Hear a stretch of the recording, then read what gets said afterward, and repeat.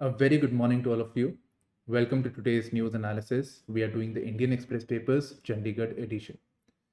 Some of the important topics that are covered today are mentioned over here.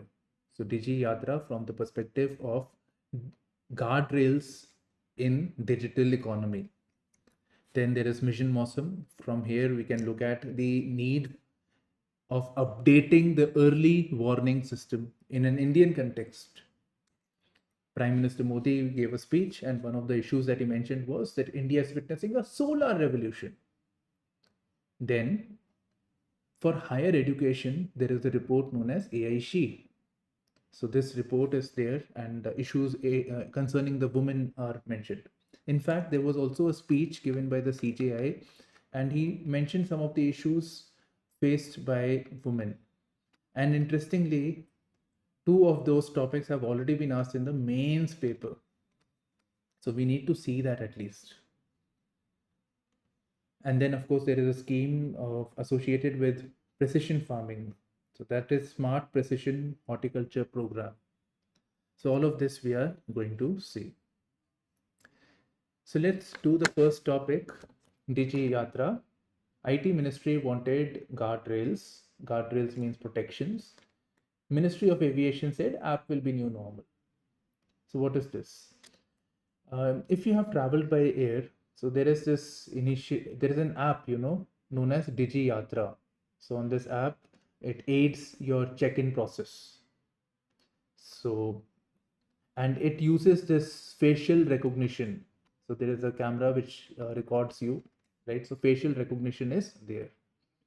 So it is using biometrics for security related checks, facial, fingerprints, etc., biometrics. Now, when this scheme was initiated, Ministry of Civil Aviation had said that this is, it was during the COVID times, and they said it is based on being voluntary and consent basis.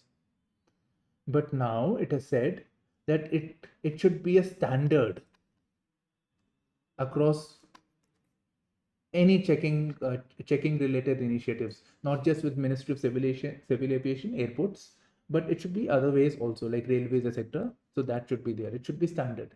It's highly beneficial. We have this shortage of security forces, etc. So this complements, this aids the checking issues, checking related issues. Okay, so that is there.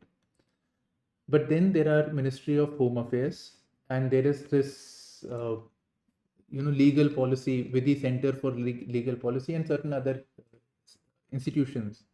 They have raised concerns associated with such an initiative.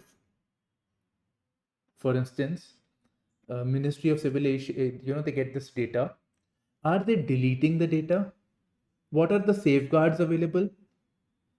Right? Is it voluntary or is it compulsory? Because now you say standard, but when you brought it, you said it is voluntary. So some of the issues that have come to light, and there is a need for greater protections. In fact, later in the article, there is a mention that it is also violative of the right to privacy under Article 21. Right. So there are a number of issues, and what if the data leaks?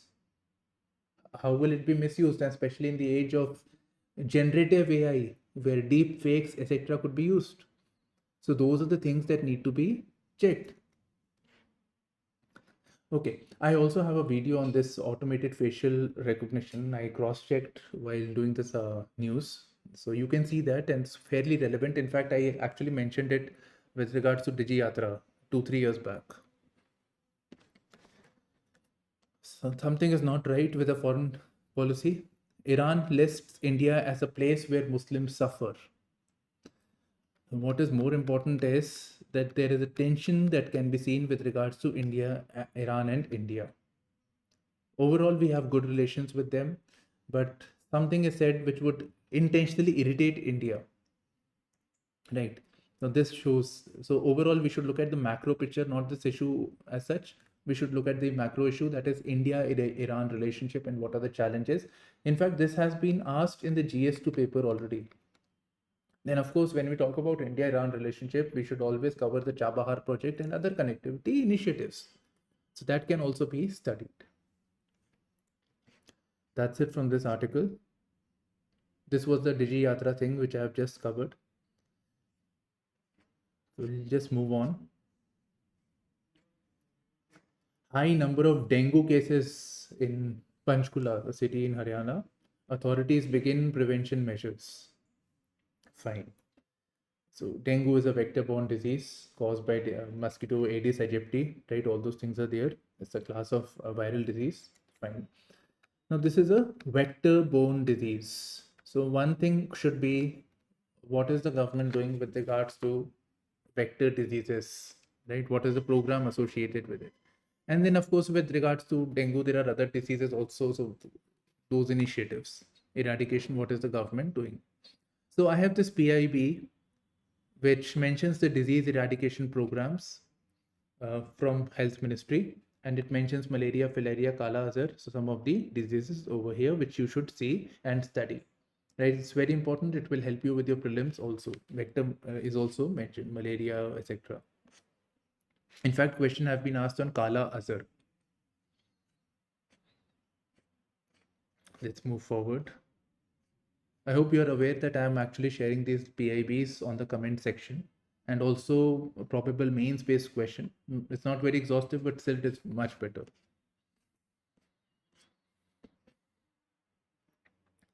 High Court flags, Punjab and Haryana High Court flags dire necessity of creating special courts, NDPS courts. This is basically a law with regards to drugs and narcotic substances. So more courts are required in Punjab, Haryana, and Chandigarh. Which courts? NDPS court. Fine. But this article is more about pendency of cases. And we don't really have to read just this much is sufficient. Only courts, only judiciary cannot be blamed for delay in trials. Liability needs to be shared by prosecution as well as by accused. So the overall issue that we see is pendency of cases in country, right? And need for a judicial reforms or need for criminal justice system. Criminal justice system includes the judiciary, the system of courts, the prosecution, which is mainly the police, and of course the lawyers associated. So this, and of course the accused. So that combined is the criminal justice system. So the liability is not just with the judiciary, but also with the police. Right, that is what the police and the prosecution as such, the person who is trying to hold the other person accountable or guilty. So first, pendency of cases, some facts over here. So we have 4.5 crore cases pending at the moment, and every year 2.8% increase is witnessed. Right, across the courts, we have so many cases pending, and we can go going on and on with the facts. Now, obviously, the natural reason associated is that the judicial capacity is not adequate. There is shortage of judges. Right? It's the most logical thing. But besides this, prosecution also has a role. For example, the prosecution lawyer may be using delaying tactics, right? Maybe just stretching the cases, so that could be there. Or it could be police not able to bring the witness forward because the police is deployed in VIP security cases or some other issues, policing issues. So they're not able to carry the witness, and on for that pretext there is a pendency. Or the police is not doing proper investigation, and that is leading to tampering of the cases and therefore delay of the cases. If there is a foolproof case, then of course things will be fine. And that also leads to delays because it opens things for the accused also. So these are some of the issues that think just now about the Talwar case. That was also a case where the police messed up with the investigation. By the way, there is this Prakash committee report which talks about police having two functions, two independent policing. One is for police, law and order, and other is for investigation. Those who are expert only with investigation of crime. Yes, this is the speech about the CJI, and this is good, important for GS1 perspective, the issues faced by the women, role of women, etc. So one, he says, with of course the crime that has happened in Calcutta, good laws alone do not make just society. We keeps increasing, making the laws more and more stringent, especially with regards to rape, etc. So he says, okay, fine, we have these laws and there is transparency in laws, etc. But the mindset of the society must also change. How we see the women in the society, that should also change. That is very much required. We should treat them with respect, equality, etc. That is one thing, right? That's one thing that he says over here. Uh, Besides this, he mentions certain issues. He talks about this disparity in employment generation. For example, he says that participation of women in the workforce is only 37%. He quotes the women in labor force as 37%, while the contribution in GDP is only 18%. Now it's logical. The 50% of the population is women, so this should have both have been for 50%. That again is showing a bias in the economy, bias in the society. What's there in the economy is a result of what's there in the society. Okay. That's one thing. Then, very important, women, especially in the middle class, they are doubly burdened. They have this responsibility of earning and supporting the household by working. At the same time, when they come home, they are burdened with the household chores, not supported by the male counterpart or the spouse. This was asked in the mains paper. Don't remember the year, but the double burden of the middle class working woman. This was asked. So again, these things have to be prepared. This is updated now. Kejriwal to meet MLA. He is resigned, and Atishi is supposed to be the new chief minister of Delhi. PM speech. I was hoping a lot on this. Not much. Just that we get that he inaugurated projects worth 8,500 crores. We'll wait for tomorrow to know what projects were there. So let's see. Second, he says India's solar revolution chapter will be written in gold. Right, Prime Minister Modi, when he came, he has emphasized upon the solar renewable energy. So solar revolution, national solar mission, and number of other initiatives are there. Okay. So the main thing that you should know as far as now, we are supposed to have this 5,000 gigawatt of renewable energy by 2030. This has been mentioned a couple of times in today's news. The 500 gigawatt of electricity, and of this significant share would be that of the solar energy. If I'm not wrong, it is 60%. I couldn't find the exact text on it actually. Now what I've done is, this is the PIB to focus on the solar energy. So some name of the schemes have been mentioned over here, right? You can Google these schemes and get additional detail as required. So all I wanted was the initiatives of the government with regards to the solar sector. Since you're talking about solar revolution, when Prime Minister makes such a remark, chances of it coming in the mains paper also increases. And when you prepare well for mains, you're preparing for prelims also. So let's move ahead and share the PIB with you. Okay. Smart Precision Horticulture Program. Horticulture question I've already shown you. Assess the role of National Horticulture Mission. So that I've showed you, right? Okay. Now we're talking about precision farming. So what is precision farming first of all? So I have this image of this precision farming. So you can see farming is happening. This is normally associated with the developed nations. So you can see use of high-end machineries, use of drones, use of sensors, cameras, etc. that are being done. So that precision is there in farming. Precision means accuracy, right? So we have this overuse of fertilizers, wrongful use. We're using more of urea rather than potash and phosphorus. So precision, rectifying that. Irrigation, micro irrigation being used, using new scientific tools, aids available, use of AI, Internet of Things, which is basically the same which you have seen just now. Okay. So what the government is doing is, by the way, this is under Ministry of Agriculture. That's very logical actually. So they're saying that within this time period, this mentioned over here, 2024 to 25, to the next years, 2028 to 29, they are going to have 15,000 acres under this scheme. So next 5 years, 50,000 acres under precision farming, and 60,000 farmers would get benefited.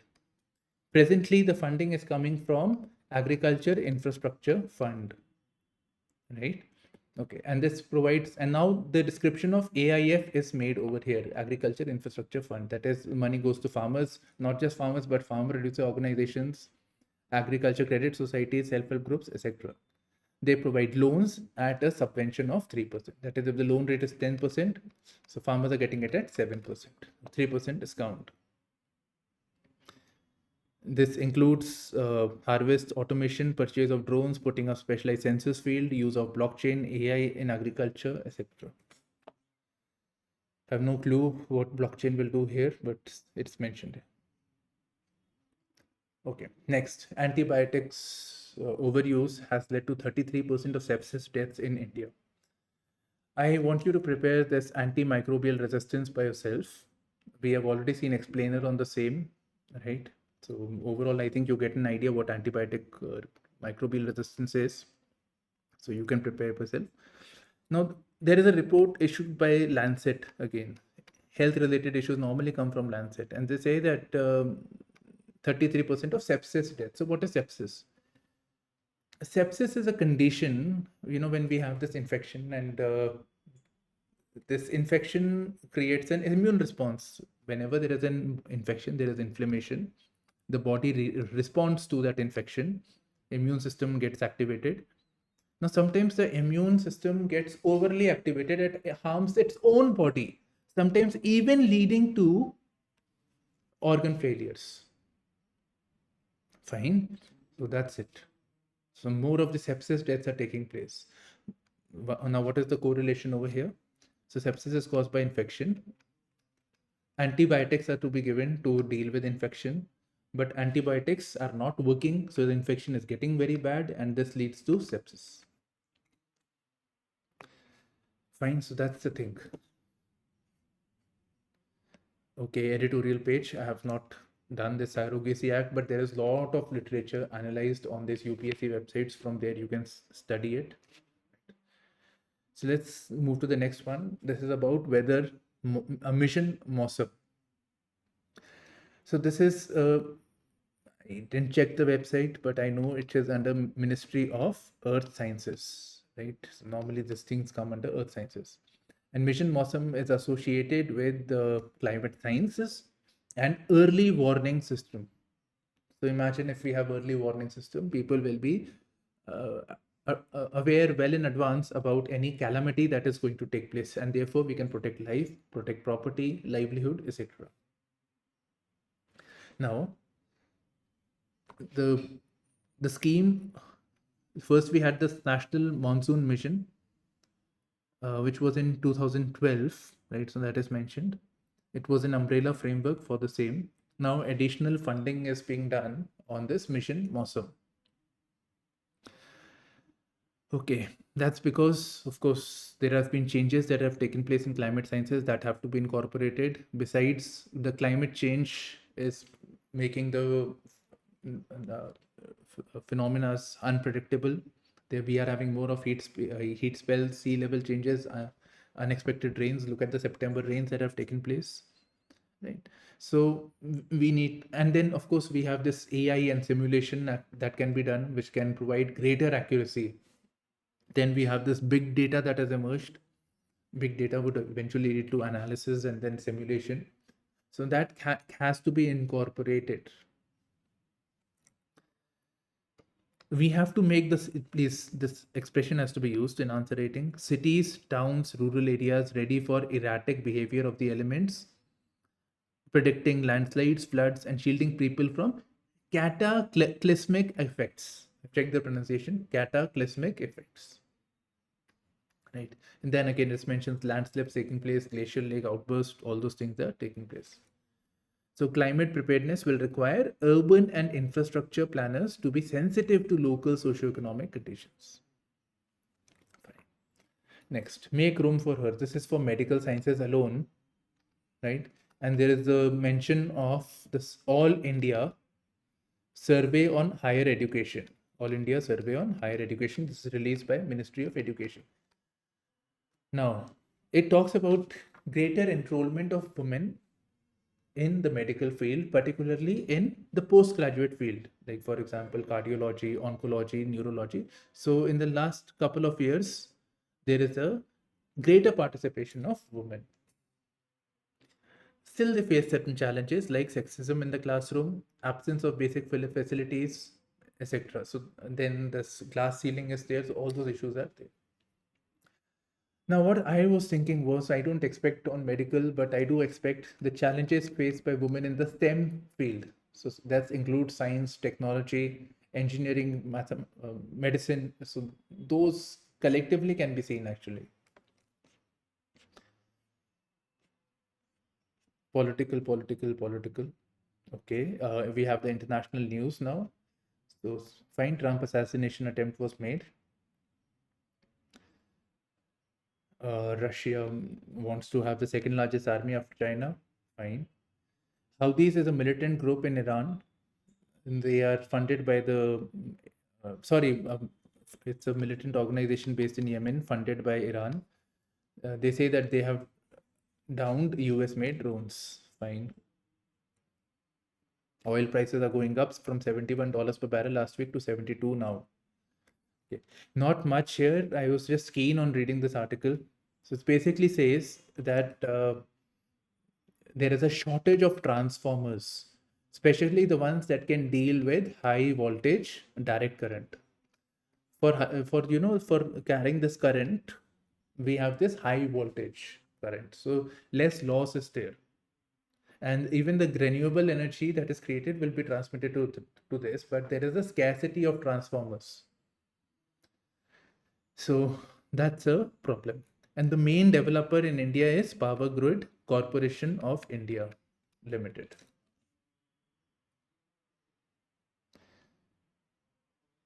Okay, so that's it from today.